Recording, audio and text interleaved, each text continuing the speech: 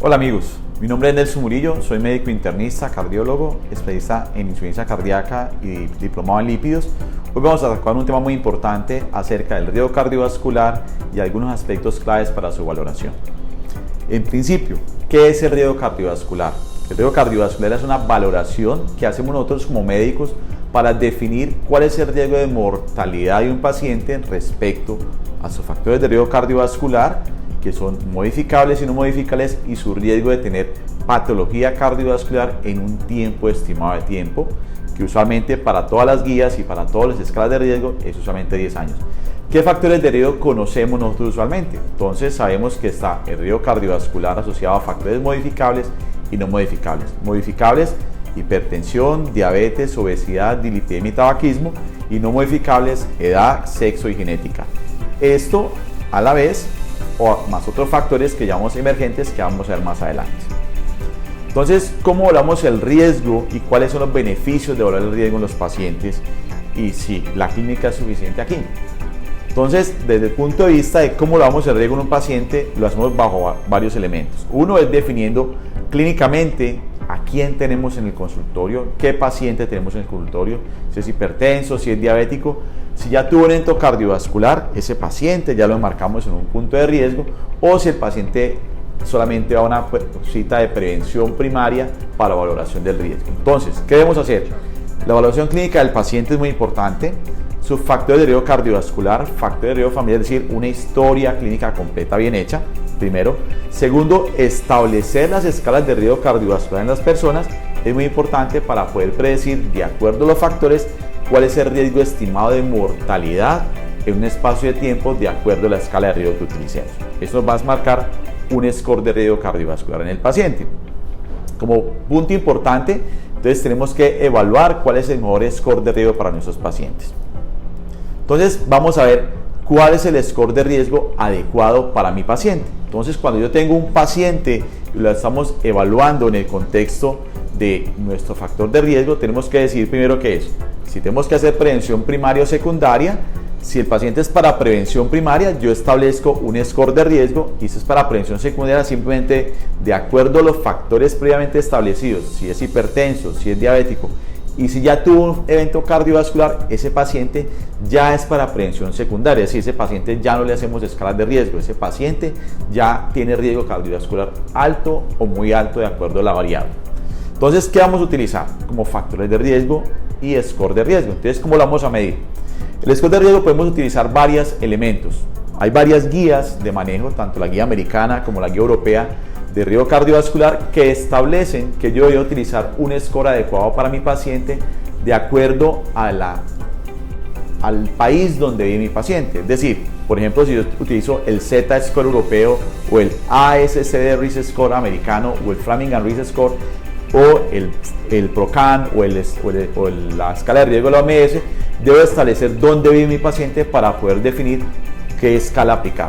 Sí, hay un estudio muy interesante, un estudio español, que mostraba que si usted aplicaba escalas de riesgo diferentes a los pacientes, o hacía una multiplicidad de escalas, mi estimación de riesgo aumentaba y probablemente le daba medicamentos a quien no lo necesitaba. Específicamente para Colombia, yo debo utilizar la escala de Framingham por 0.75. O sea, la escala de Framingham, hacer la escala completa y multiplicar el valor por 0.75. Esa es la escala adecuada para el paciente en este país, y con eso usted va a poder predecir el riesgo de mortalidad de ese paciente a 10 años, y lo vamos a poder estratificar o de bajo riesgo, o de moderado riesgo, o de alto riesgo, o si ya es de muy alto riesgo, pues ese paciente ya sale de entrada para una prevención secundaria. Eso es lo importante. Entonces, ¿cómo estimo yo el riesgo? Es otra pregunta. Entonces, yo estimo el riesgo de acuerdo al paciente, de acuerdo al grupo de edad. En general, los factores de riesgo se deben medir en pacientes mayores a 40 años, específicamente. Y van en una escala, en algunos estudios, hasta 75 años, o incluso encontramos pacientes mayores de esa edad todavía con intervención secundaria de factores de riesgo, pero ese es el grupo grande donde debería hacerlo. Entonces, ¿a quién le evalúo yo el riesgo? Paciente mayor a 40 años. Si el paciente ya es diabético, no necesita que le haga escala de riesgo, porque ese paciente ya es de alto riesgo. Entonces, mayor de 40 años, que no sea diabético, le evalúo la escala de riesgo y establezco cuál es el porcentaje de morbilidad o mortalidad a 10 años. Con esa escala yo evalúo el riesgo cardiovascular de los pacientes. Entonces, es muy importante también saber que ese paciente toma medicamentos para el manejo de sus patologías. Entonces vamos a hablar un poco acerca de las estatinas. Las estatinas son medicamentos que utilizamos para los pacientes en la valoración del riesgo en la prevención primaria y en la prevención secundaria. En prevención primaria, ¿en qué paciente? En paciente que yo reestratificado del riesgo y probablemente me da una escala moderada alta, yo puedo subir el impacto de la medicación y aumentar la intervención para permitir a ese paciente llevarlo a un LDL controlado o una meta LDL, que eso es muy importante.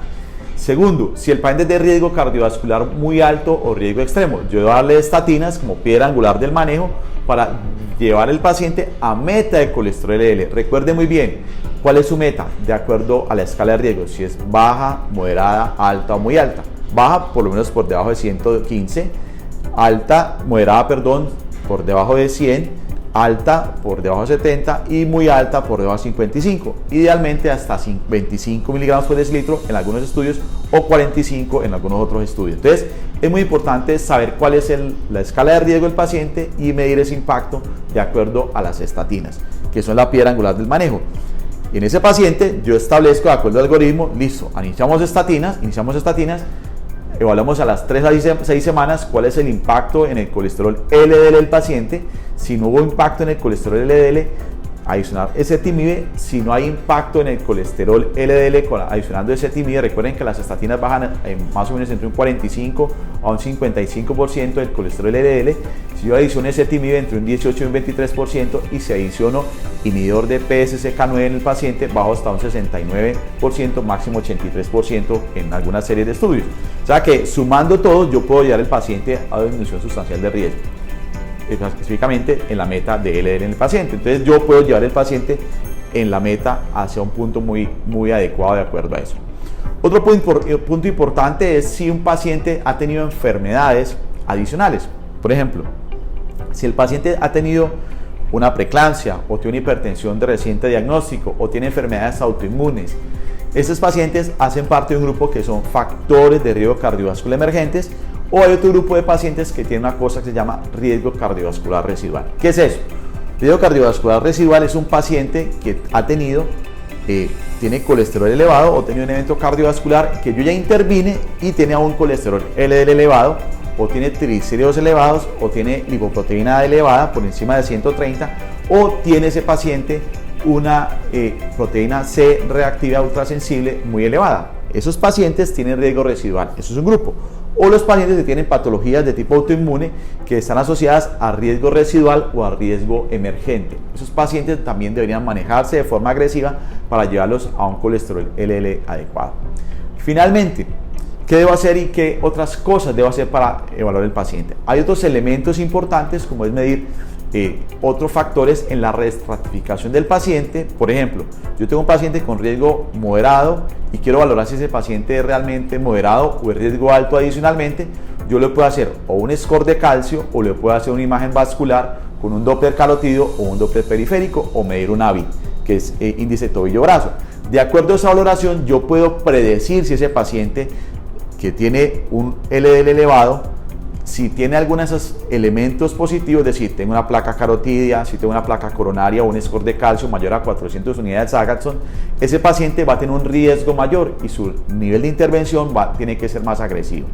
En principio, esos son los factores importantes en un paciente. Entonces, para resumir, ¿qué va a hacer con mi paciente? Evaluarlo muy bien, hacer una historia clínica completa, hacer un perfil lipídico que no le puede faltar al paciente, tanto en la evaluación inicial como en el seguimiento entre 3 meses o hasta 6 meses y en el seguimiento hacia el futuro, de acuerdo a los niveles de colesterol buscados. Valoración de prevención primaria o secundaria, es decir, voy a intervenirlo primariamente o ya tuvo un evento cardiovascular. Y si es primaria, establecer el riesgo cardiovascular del paciente de acuerdo a una escala de riesgo que para Colombia es Framing Anolis Score.